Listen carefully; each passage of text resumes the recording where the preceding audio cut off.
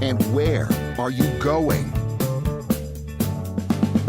What do you want?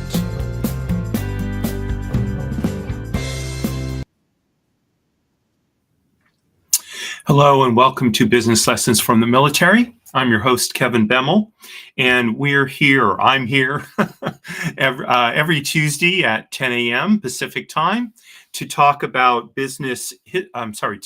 military history, military doctrine, and the practices of great military leaders, all by way of distilling lessons that we can then apply to our business and professional careers. And see, I forgot to close my email once again. So it dinged. There it goes. Okay, no more interruptions.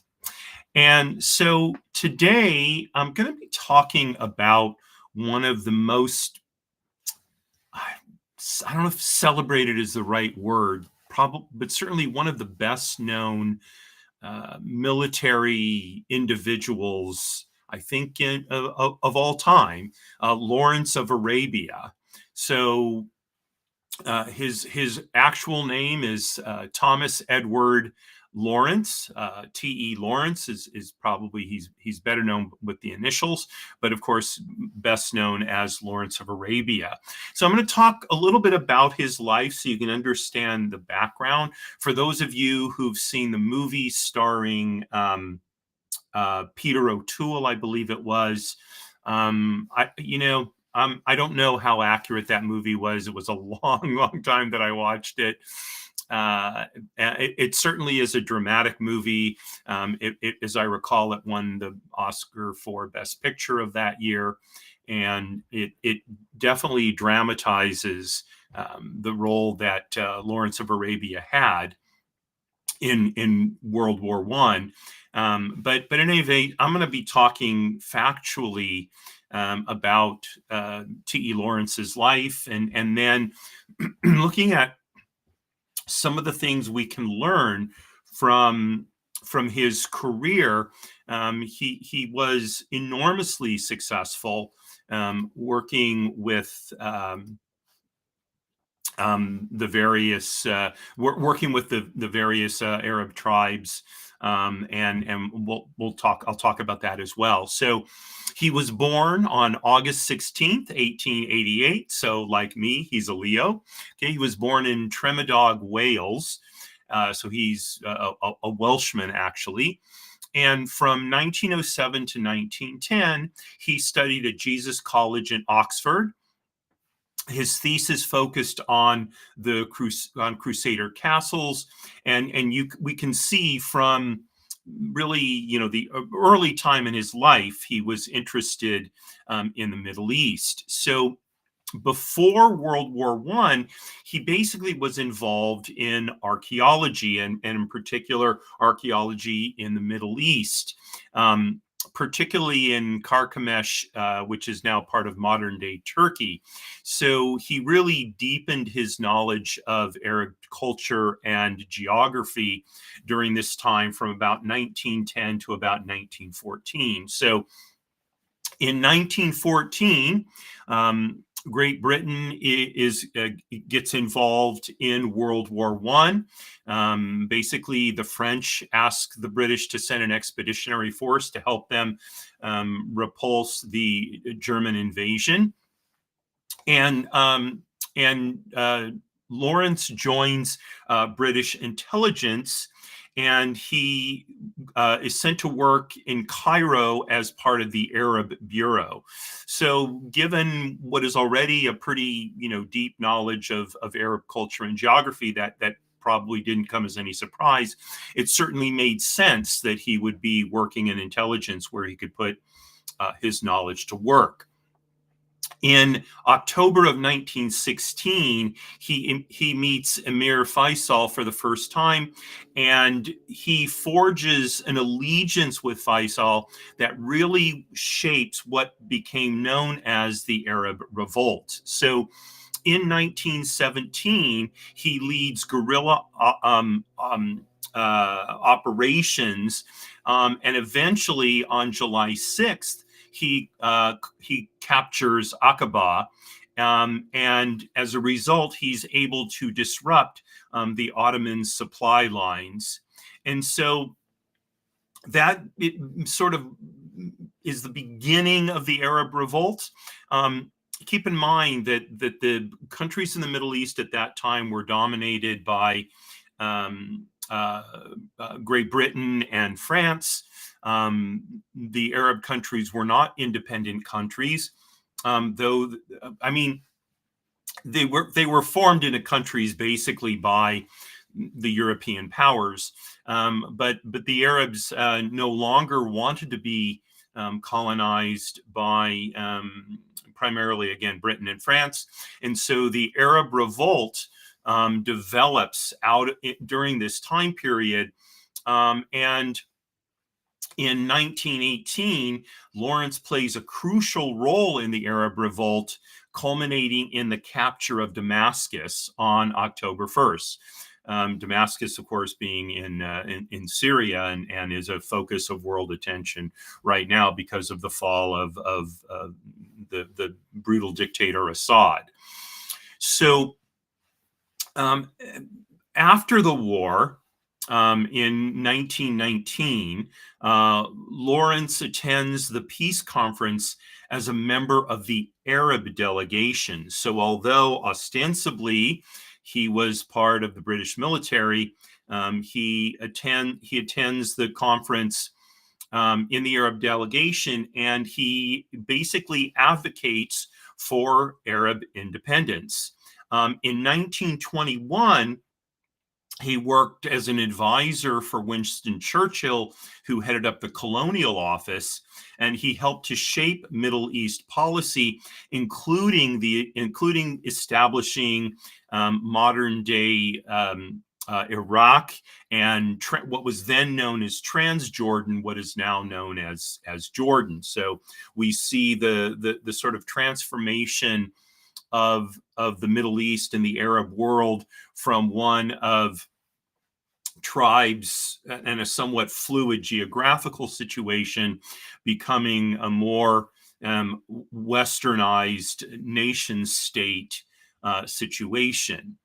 In 1922, Lawrence joins the Royal Air Force under the pseudonym John Hume Ross. He wanted to escape public attention, and about a year later, when his true identity is discovered, he leaves the RAF and then joins the Royal Tank Corps under the name T.E. Shaw. Now, you might think, well, he was known as T.E. Lawrence. Why would he join as T.E. Shaw? Look, who knows? I mean, it's hard to maintain a fake identity, I think.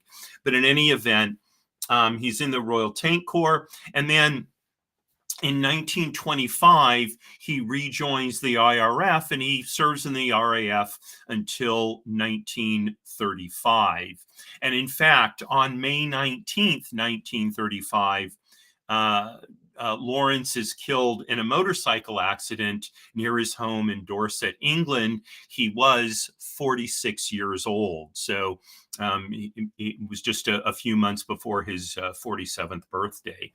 Lawrence left behind one iconic book. It's known as the Seven Pillars of Wisdom, and it chronicles his wartime experiences and philosophy working with the Arabs, and how he came to I don't know exactly the word I'm looking for, almost become a part of them. He became so acculturated to the Arabs. And that book was published in 1922. In 1926, he published an abridged version called Revolt in the Desert, and that gained quite a bit of public attention. And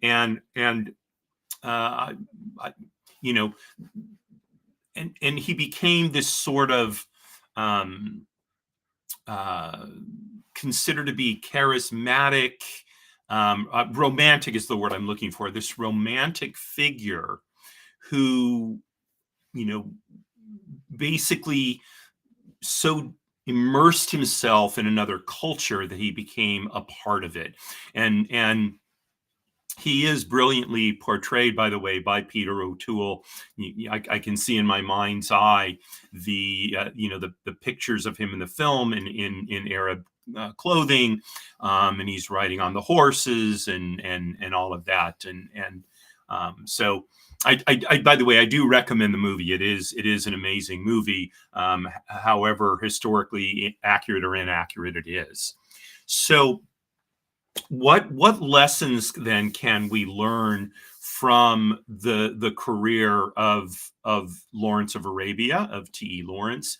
And so I came up with 5 that I think are different than ones that I've talked about before on this show.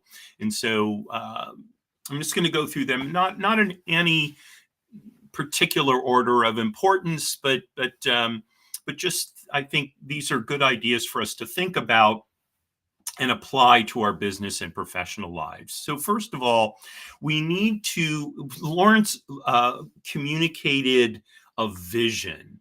So one of the reasons he was so successful in working with the Arab tribes was that T.E. Lawrence was able to communicate a vision of independence and unity in the Arab world. And by doing so, he aligned them with this common goal. And it's why in the end he was able to gain independence for at least part of the Arab world. So to have a clear and inspiring vision really motivates people.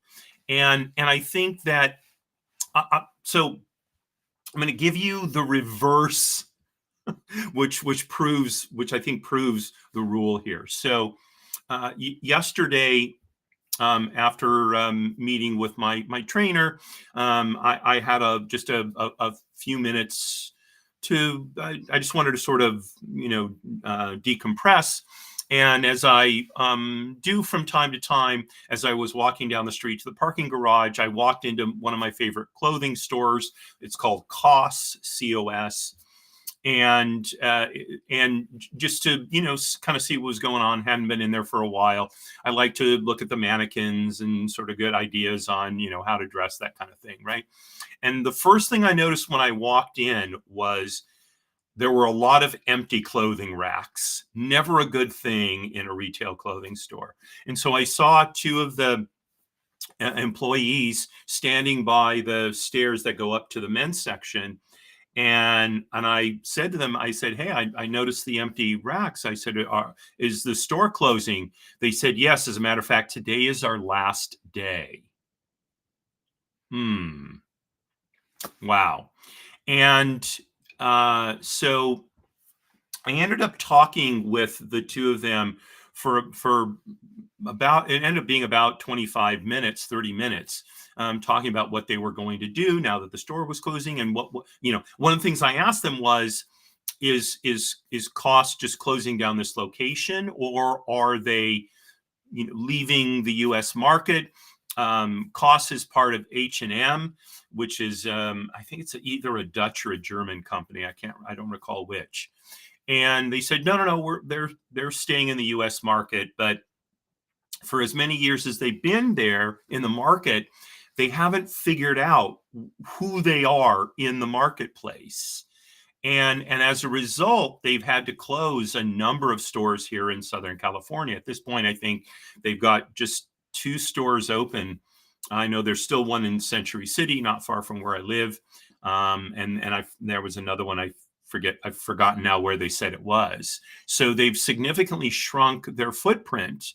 Now, the way I see them is they've taken over the place that Banana Republic and the Gap used to occupy, i.e., classic clothes that are in fashion year in and year out, well made. They'll last. It's not the fast fashion nonsense that is filling up garbage dumps and that sort of thing. They're nicely styled. They're for people who want to project a professional appearance without necessarily looking like, perhaps a lawyer or something like that. So, but in terms of conveying that message in the marketplace, they have not done so. They have not created a clear and inspiring vision for their brand here in the United States. And as a result, they don't give their employees anything to be particularly motivated about, and they don't give their customers anything to be motivated about. Now, interestingly enough, the store I was in yesterday was the Beverly Hills store. And talking to the two employees, one of the things I asked them, I said, why are they closing this store? I said, I know that shoppers in Beverly Hills tend to be difficult to deal with, but the trade-off is they're enormously loyal to the places they shop and the people that they meet. And there was a young woman who worked there.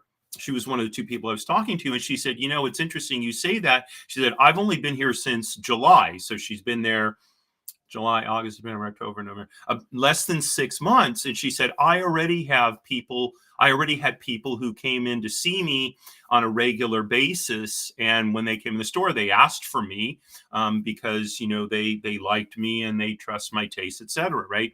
So there you have the building of what could be the vision for the store, right, or for the brand. And they discarded that, because I will tell you that and I've been in the Century City store, the employees there are nowhere near as good as the employees in the Beverly Hills store. The people in the Beverly Hills store, the way they would greet you when they walked in, the way they interacted with you, very friendly, open to chatting. They had time for you. In the Century City store, they did not. And what I finally said to them was, and it's interesting because I didn't have this episode in mind when I said it. I said, this is a failure of senior leadership, not understanding what their brand is and being able to communicate that to you on the front line. So I was talking to the young woman. She was a sales clerk there. And the young man I was talking to, who was actually one of the store managers, right? And they saw that right away. And in fact, the whole way they had handled the situation, right, closing a store a week before Christmas, that is not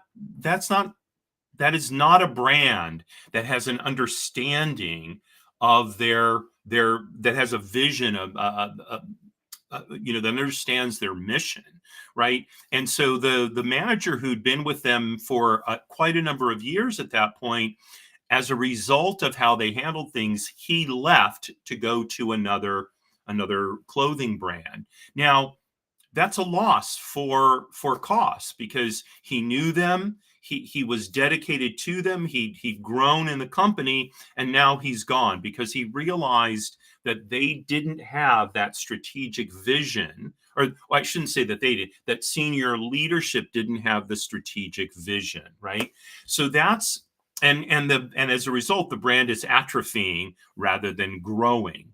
So in our businesses, in our professional practices, we need to have a vision that we communicate to our people, right? So that we can get their buy-in, and it helps us rally the team in order to meet our mission, get the results we want, right?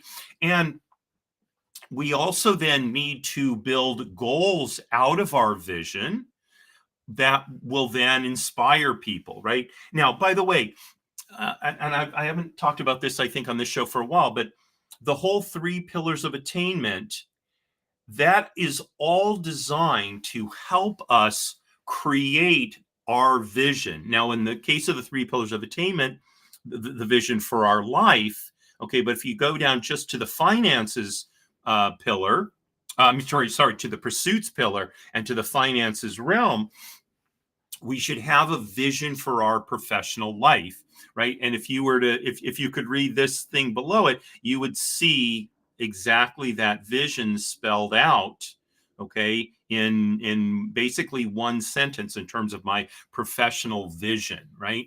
So the first thing we can learn from Lawrence of Arabia is we need to be able to communicate a vision. We have to have the vision. It needs to be compelling, and we need to communicate it. Okay, so that's number one.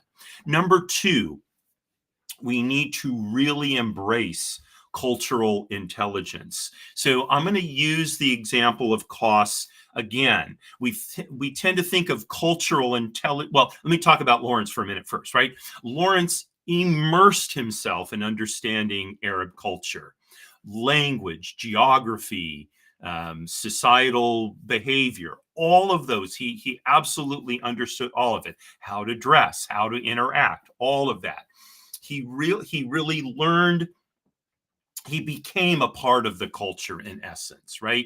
And as such, he was able to gain trust and influence among the the Arab tribes, the Arabs that with whom he dealt, right? And that was why he was able to be such a successful advocate for them. He deeply understood what they were about, and therefore could translate it to people who didn't have that knowledge. And since he had knowledge of both cultures, both British and Arab culture, he could be the translator, right? So in our businesses, that's the position that we want to occupy.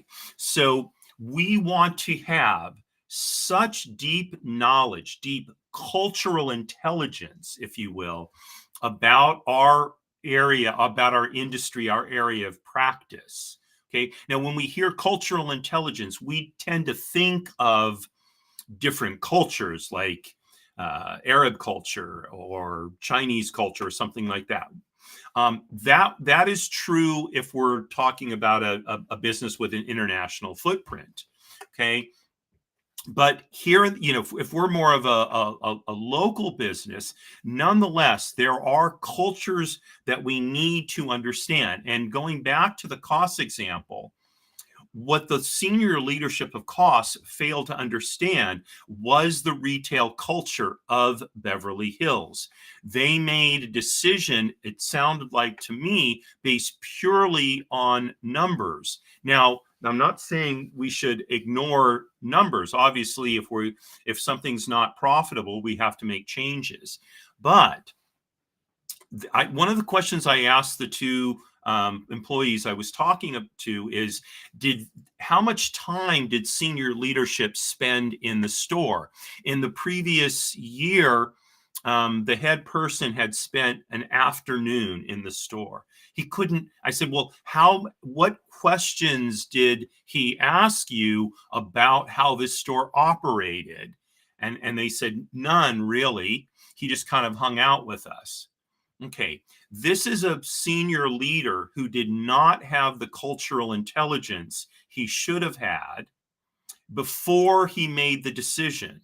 Okay, now you might argue, well, even if he had the cultural decision, if the rent was too high relative to the sales the store was generating, it was still the right decision. That may be, but he made the decision out of ignorance, not knowledge. And that's not a good way to run a business. And so it's no surprise that their footprint is shrinking. For whatever reason, this particular leader, I don't know who he is. They didn't tell me his name. Doesn't matter. But he's not committing to understanding the cultural intelligence, right? And if someone understands the cultural intelligence of Beverly Hills, they will make a success there. How do I know? Because a few days before, last week, I was in the oldest retail business in Beverly Hills. It's a store called Gary's. It's a small high-end department store. And I was talking to one of the people there, and that's when I learned Gary's is the oldest retail business in Beverly Hills. It's been there for, I think he told me, 130 years. It's over a century. One of the employees has been at that store for 40 years. Okay. Another one who happened to walk by as we were talking has been there for 12 years. And I spoke to him for a few minutes, asked him what he does. He did merchandising for certain parts of the merchandise that they sell there. And I've talked to other people from the people who, dust off the pieces on display to make sure they look good, to, the sales clerks, to the security people. Everyone there seems really happy to be working there. Now, Gary's clearly understands the culture of Beverly Hills. That's why they've survived for so long. And by the way, been profitable. Okay. So they haven't just hung on. Okay, they've done very well, and they've been able to expand. So Gary's also has a Rolex store in the Century City Mall, and they have, I think he told me it was Philippe Patel watch, I think is the other one, or another watch brand. Okay, so they've been able to grow, but they grow within their knowledge of cultural intelligence that they've gathered over the past century plus that they've been in business. Okay. So this is what we need to understand. I'll give you another example. My friend Bill Gross, who is got to be the top probate real estate agent in California, if not in the country. Bill deeply, deeply, deeply understands the process of probate and how it works, how the players behave, how the judges behave. He has studied it day in and day out for years, and it is that cultural intelligence that has made him successful, right? And it's what will make us successful. There are many things that AI, for example, will do to render us obsolete.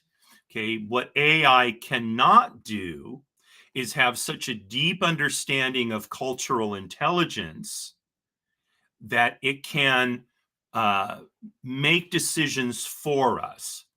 It can help us gain that intelligence, but a lot of that intelligence is going to come from operating in our market. Now, maybe 5 or 10 years from now, AI will be able to do that, but right now it cannot, right? And so the ability to develop that cultural intelligence is extremely valuable in the marketplace. And as you can see, the proper use of it versus the ignoring of it or the misuse of it is the difference between success and, I don't want to say necessarily failure, but lack of success in the marketplace. Okay, so that's number 2. Embrace cultural intelligence.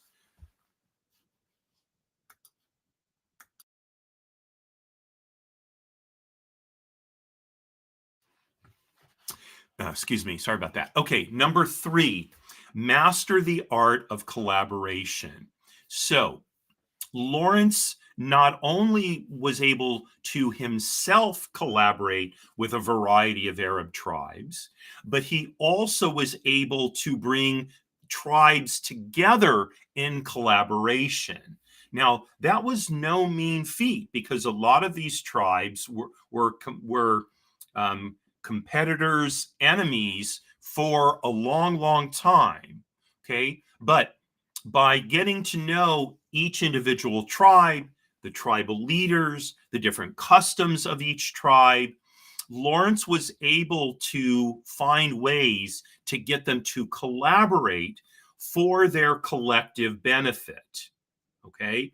And that's one of the reasons he was successful in helping them achieve independence. Right. So, and this is oftentimes, by the way, what a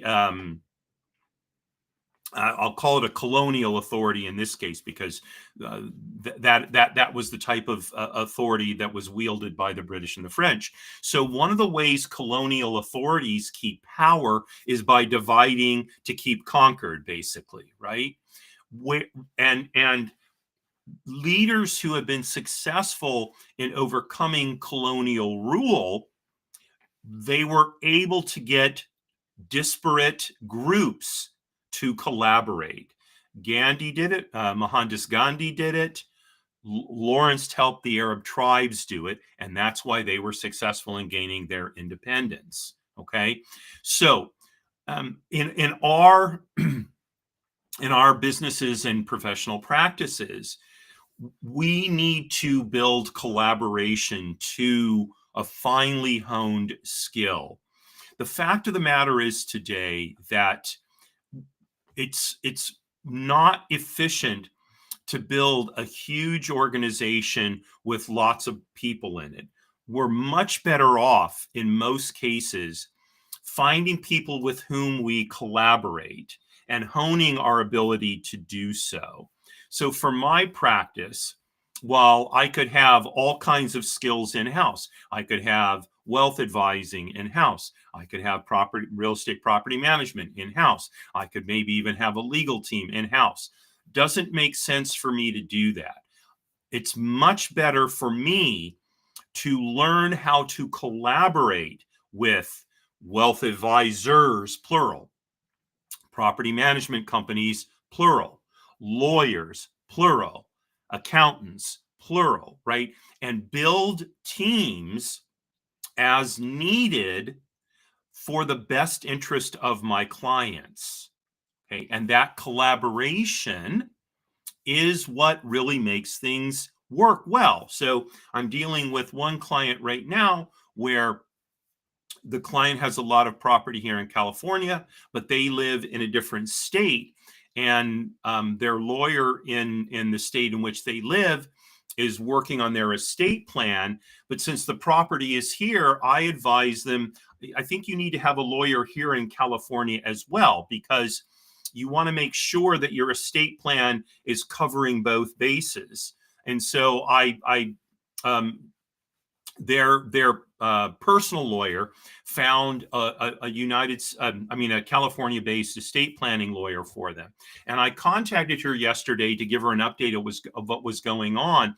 And it's interesting because when I first started talking to her, she thought, oh, we don't really need to be talking about this now. There's nothing for me to think about, right? And when I contacted her and gave her the update, and told her, what the proposed plan was, her response was, off the top of my head, this looks okay, but you know what? I actually want to take a couple of days to think about this before I say, kind of yes or no, right? So this is the value of collaboration, right? She was seeing a situation, I don't know, maybe it looked like this, when indeed, I don't know, the situation was bigger or something. And so by having a team of people, all with expertise in our particular areas, right? We are stronger as long as we can collaborate. Okay. And one of the things I did was, when we first brought the team together, is have a meeting with everybody and the client. It was a virtual meeting, of course. So everybody could meet everybody and get a feel for who they were, to start building the kind of rapport that leads to good collaboration. Okay. So we really need to master the art of collaboration, and that starts with getting to know people, creating relationships, really learning how to listen, how to ask questions. Okay, not jump to conclusions about a situation or about a person, but rather instead think about what the person has said and try to understand where they're coming from. And if it seems off base, ask questions. Maybe we're seeing it differently than they are, and actually how they're seeing it is a better perspective than ours, right? So I think a key quality in good collaboration is humility, frankly. Okay, so master the art of collaboration. That's number 3. Number 4, leverage asymmetry. Okay, so Lawrence was fighting a huge Ottoman army. The Ottomans were in control of Turkey at the time, and there was no way he was going to be able to beat them head to head. Okay, that was not going to happen. What he could do was use guerrilla tactics, guerrilla warfare tactics, in order to harass the Ottomans in a way that this big, huge army they had just couldn't keep up with, right? And we see this now all over the globe in warfare, right? That's why terrorist activity can be so successful. It's asymmetrical warfare, right? It's why the Houthis have been have been so successful in harassing shipping in the Red Sea, is that they're using actually relatively low tech weaponry, right? And the United States is countering it with high tech, very expensive weaponry, and it's draining U.S. resources. Okay, and the reality is this asymmetrical warfare has allowed the Houthis to terrorize and this vital shipping lane for a much longer period of time, and to do it much more to do it much better than they would have, because they're leveraging asymmetrical warfare, right? And so in Lawrence's, they would disrupt supply routes, for example, and that would mean that the Ottoman army wouldn't have food, or they wouldn't have weaponry or ammunition resupplied, right? So by doing that, he was able to keep the Arab hope for independence alive, right? Rather than fighting a stand-up, one army against the other type of war, right? So in our practices, in our businesses, right, especially if we face larger competitors, okay, we need to look for how can we leverage asymmetry. So I'm going to talk about my own practice. As you know, I'm a what's known as an independent trustee, or a private trustee, a professional fiduciary, right? So my profession is another option that people have rather than hiring a trust company. So banks typically have trust departments, but there are also independent trust companies that in theory do the same kind of work I do. Here's the difference, and this is how I leverage asymmetry. A trust company, because it's so big, is also very bureaucratic. And so it doesn't have the kind of flexibility in how it handles things that private trustees do.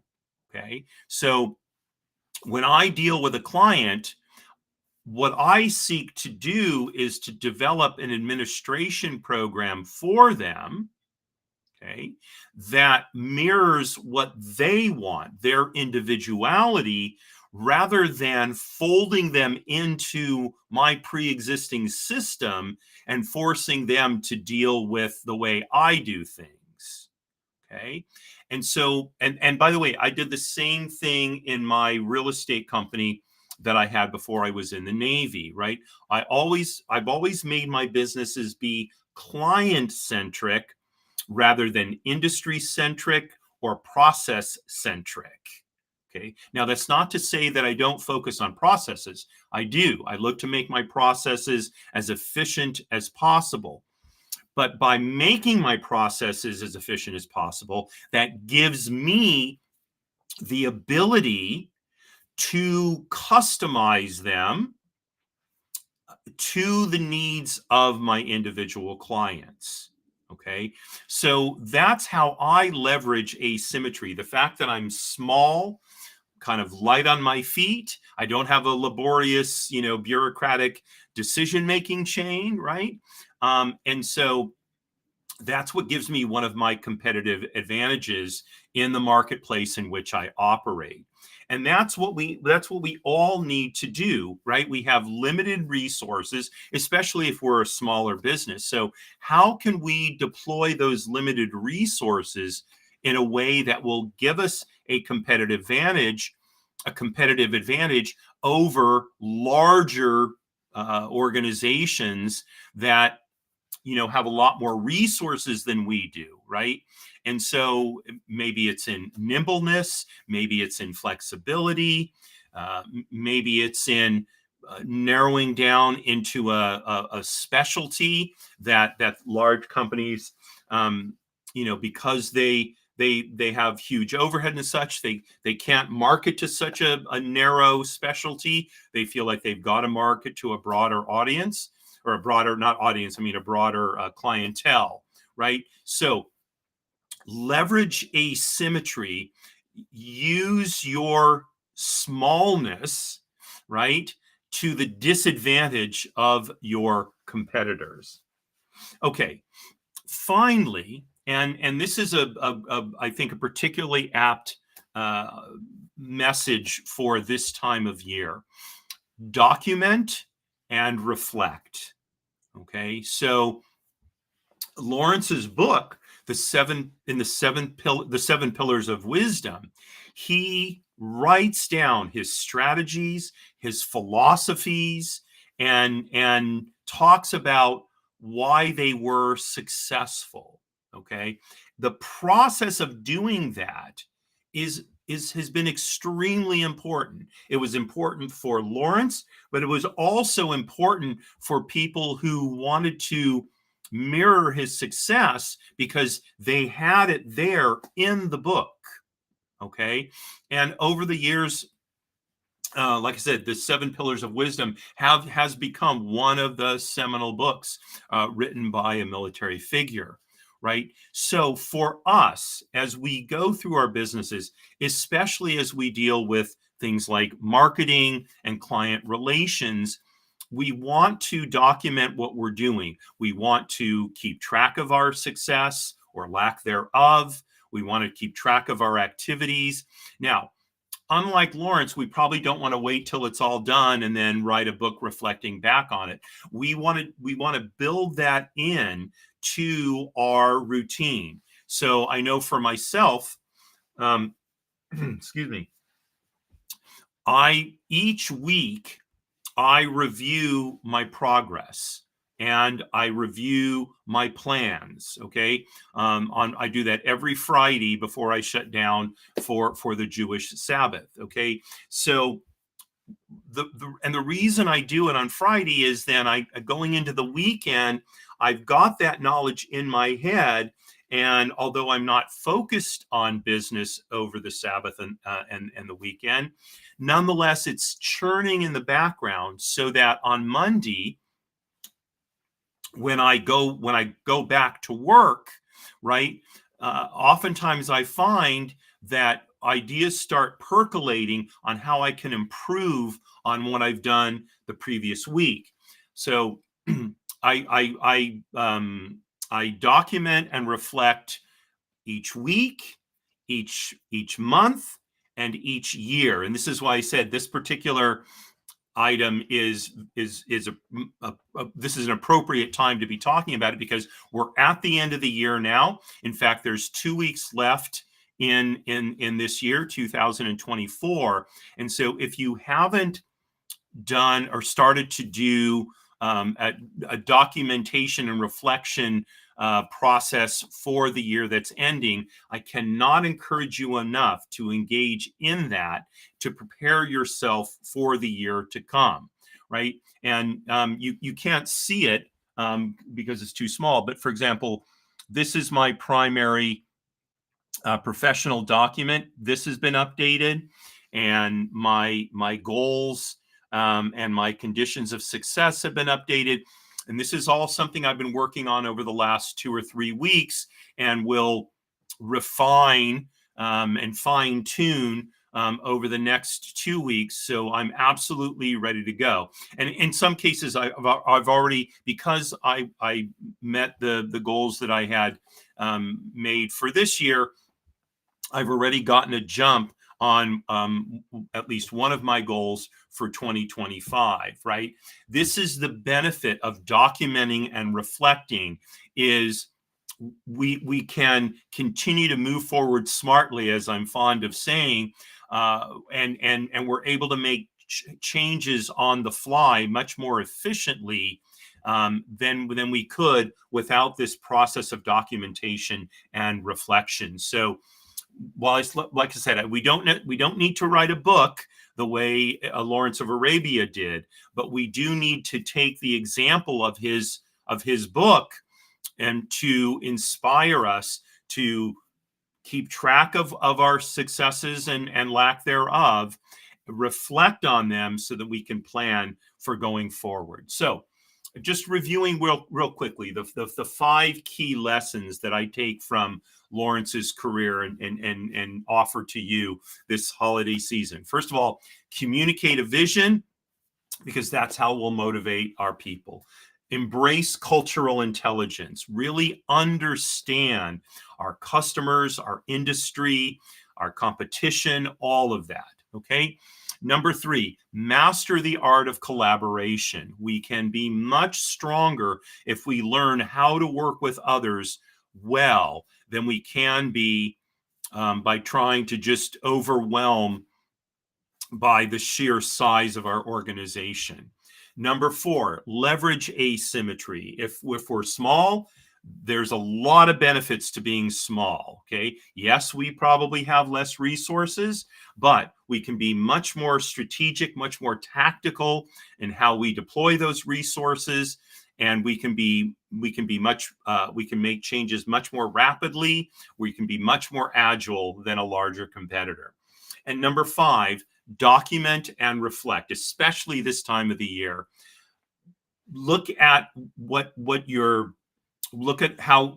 goals are. Did you achieve them? Did you not achieve them? Why not? Look at all of those things, reflect on those, and make plans for the coming year. And by the way, consider instituting a periodic documentation and reflection process, at least monthly. Okay, you don't necessarily have to do it weekly the way I do, but I would encourage you to have at least a monthly short. It doesn't have, by the way, it doesn't have to be a long time. Okay. On my weekly and monthly documentation and reflection periods, I'm not spending a lot of time. Weekly, I'm spending maybe 20, 30 minutes in documentation that then I can reflect on. Monthly, maybe more like 30 to 45 minutes. Okay.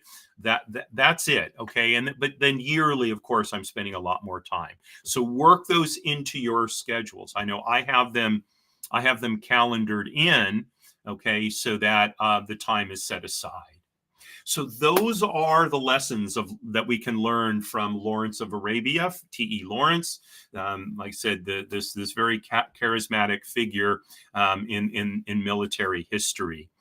So that's the show for today. Tomorrow at 10 a.m. Pacific time is my show, People Making Money. It's our monthly economic echoes, where we look at the economic data and see how it's affecting us as individuals and what it's telling us about what we need to be thinking about planning for the future. Okay. And then on Thursday at 5 p.m. Pacific time is my show, Jiggers' Place. It's a time for us to sit back and relax as the week comes to an end. I'm going to be mixing up a Tahitian Breeze cocktail, another new creation, as I've been doing now for the last, I think, several months. It's a lot of fun. And the reason a Tahitian Breeze is because I'm going to take you to the South Seas and talk about mutiny on the Bounty. So it's perhaps my favorite book. I've read it numerous times. I've read the Bounty trilogy several times as well. There's been movies made on it, and it was an actual historic event. So, going to talk about that whole thing, and try and bring a bit of a South Seas vibe to the colder northern hemisphere that we're experiencing right now. Okay, and then next week on Monday at 10 a.m. Pacific time is my show, Trust and Estates Weekly, and then of course 7 days from now we'll be back with the next edition of Business Lessons from the Military.